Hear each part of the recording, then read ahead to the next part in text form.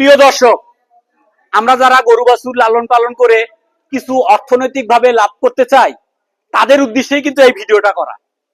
আপনারা গরু বাছুর লালন পালন করেন কিন্তু বাছুরের যত্ন নিতে চান না, কিন্তু আপনাদের এই কাজগুলা নিতে হবে এবং এটা কন্টিনিউ করতে হবে। এই বাছুরগুলার আমাদের যে কয়টা এখানে বাছুর দেখাচ্ছি, এখানে কিন্তু অল্প পরিসরে আছে, এটা একটা শেডের কোণাতে। এই বাছুরগুলা তো আমরা নিয়মিত এর যত্ন, এর পরিচর্যা, এর খাদ্যর তদারকি, এই কাজগুলো কিন্তু কন্টিনিউ করা লাগে।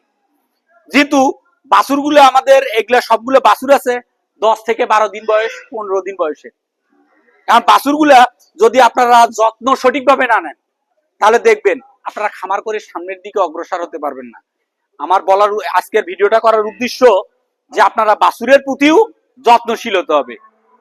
যেহেতু আমি আমার প্রত্যেকটা ভিডিওতে ডেইরি সংক্রান্ত তথ্য দেই, বাছুর সুস্থ থাকলে খামারের মালিক পরবর্তীতে লাভবান। কারণ আপনারা যদি বাছুরের পরিচর্যা সঠিক সময়ে না করেন এবং সঠিক সময়ে না নেন, পরে আপনাকে পস্তাইতে হবে। এজন্যই আমার বলার উদ্দেশ্য যে আপনারা দেখেন, বাছুর লালন পালন করার ক্ষেত্রে আপনাদের খুব দৃষ্টিভঙ্গি তীক্ষ্ণ রাখতে হবে এবং বাছুরের সজাগ দৃষ্টি দিতে হবে। বাছুরের প্রতি দিলে কি হবে, বাছুরগুলা স্বাভাবিকভাবে ডে বাই ডে বৃদ্ধি পাবে